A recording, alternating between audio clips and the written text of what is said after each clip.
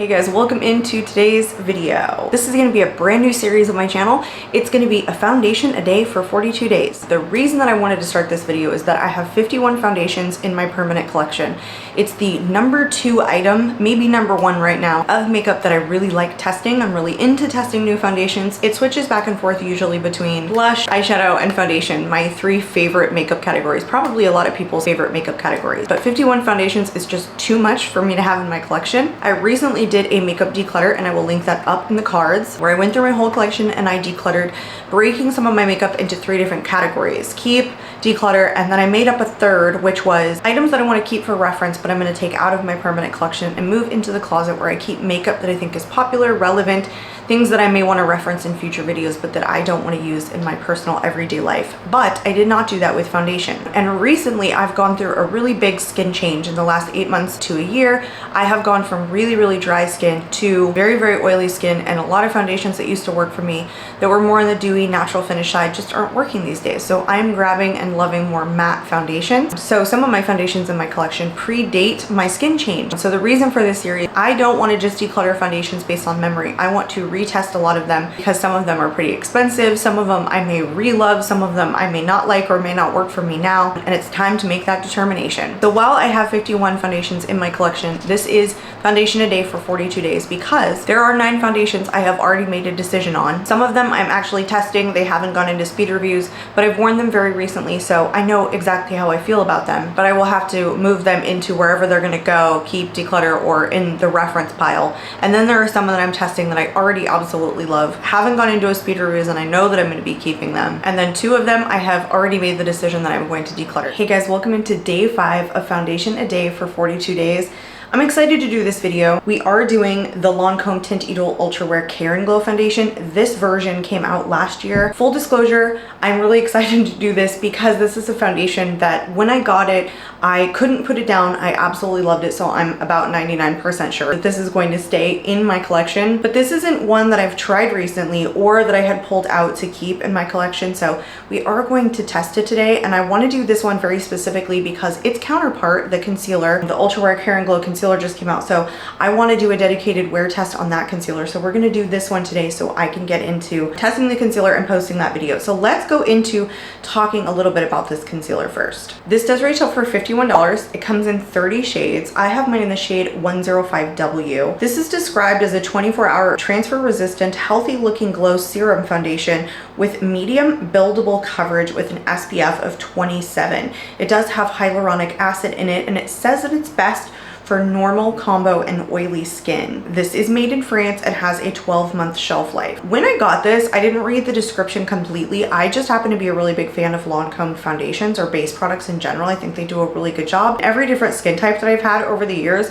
their foundations have worked really well for me. So that's the reason that I picked this up last year when it launched. I thought with the Care and Glow name that it was going to be a much more lightweight, dewier foundation. There's a couple of claims to the description that I don't agree with. I don't think it's serum-like. It's more of a whipped consistency. And I find with whipped consistency foundations, a lot of times they don't sink into the skin as well as a lightweight foundation does. And sometimes that causes them to break apart or sit on the face in a really noticeable way. So I think the name is like kind of deceiving overall, because I think this is a really satin finish foundation. It's almost like a luminous matte, if you will, with pretty true medium coverage. So that's what I remember about it. Like I said, I'm about 99% sure this is gonna stay in my collection, but I did want to do a dedicated video on this because we gotta get through my 42 foundations. So at the end of this video, we will decide whether or not this stays in my permanent collection, gets decluttered completely, or stays in my reference library, which is a bunch of drawers in my closet. So let's get to applying this. If you guys are new to this series, I apply one side with a clean foundation brush and the other side with a dampened sponge. I like to take, I want to say, about half a pump on either side.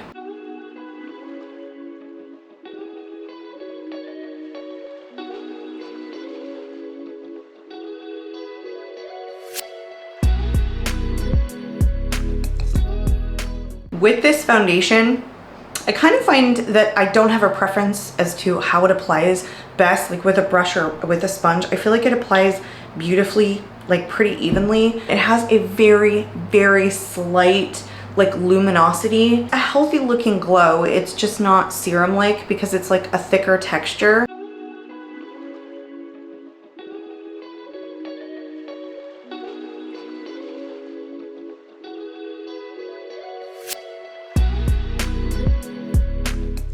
I feel like it's pretty medium coverage and pretty even coverage with both the sponge and the brush.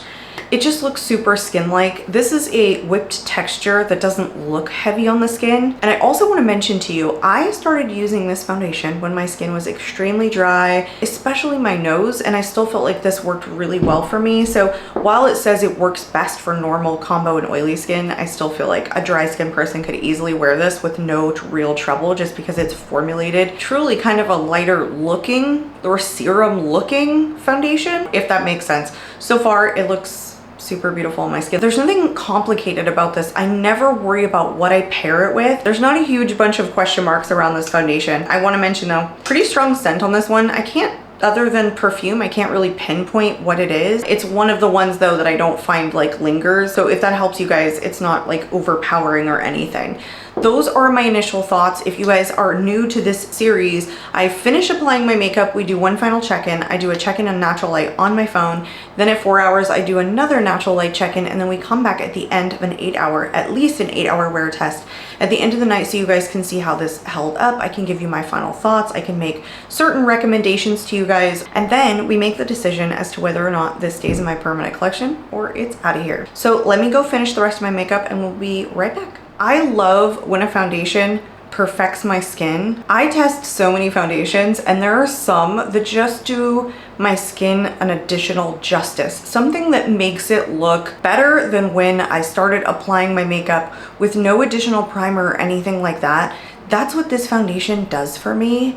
It just evens out my skin tone. It's not too much coverage and it's like blurring and smoothing. So I'm thoroughly enjoying the complexion. Let's get out of here and do a natural light check-in, and then I will see you guys after 8 hours. Bye. Welcome back, you guys. I'm so excited. It's 8:50, so I've had this on for almost 9 hours now. It was around 11 o'clock when I started filming. This is my best wear test by far. Day 5, first foundation that's held up as good as it's held up.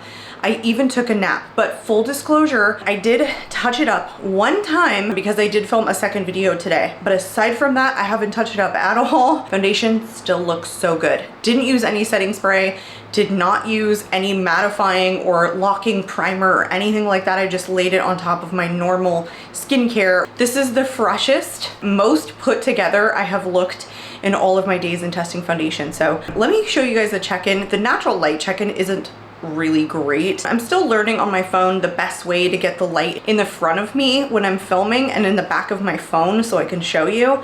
The second one that I did though, I was doing it right in front of the window and it was at the 4-hour mark, and it's a little bit better in terms of like backlight so you can see the foundation a little bit better. The only thing with today's wear test is that while I was outside and it did rain like a tiny bit, it's just not as humid right now, and some of the other wear tests I was outside in a lot of humidity. Today I didn't expose myself to a ton of humidity, plus it's lower today than normal, but still this is such a gorgeous foundation. And if you guys remember, I told you I started wearing this when my skin was a lot drier, a ton drier. I hadn't even entered like the combo oily skin days, and while there's still like oils on my nose, what I always look for when my oils peek through is whether or not the foundation is separating on itself, and so it'll start to break up on my skin, especially right here. And it's not doing that, it's just naturally allowing the oils to come through, which is good, especially when it's a medium to full coverage foundation. So I don't know, this is a 10 out of 10 for me. I highly recommend this if you guys have normal, combo, oily skin.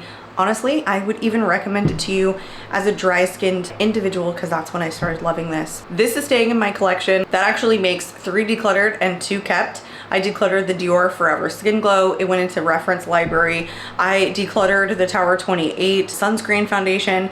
I decluttered into the reference library the House Labs Triclone Skin Tech foundation. I kept the LYS Triple Fix Serum foundation. Even though it's super light coverage, it was super smoothing on the skin. That's actually one of its claims, is that it blurs. This one is number 5. It is the second one that I'm keeping. I'm super happy that at this point at day 5, I have decluttered more than I have kept, because I really feel like I'm making honest decisions and not being just a hoarder at this point. So 10 out of 10 recommendation from me, you guys. I hope you enjoyed today's video. If you are not currently subscribed, I hope that you consider subscribing so that you can stick around for days 6 through 42 of Foundation a Day for 42 days. I am out of here, and I hope to catch you all in my next video. Bye, guys.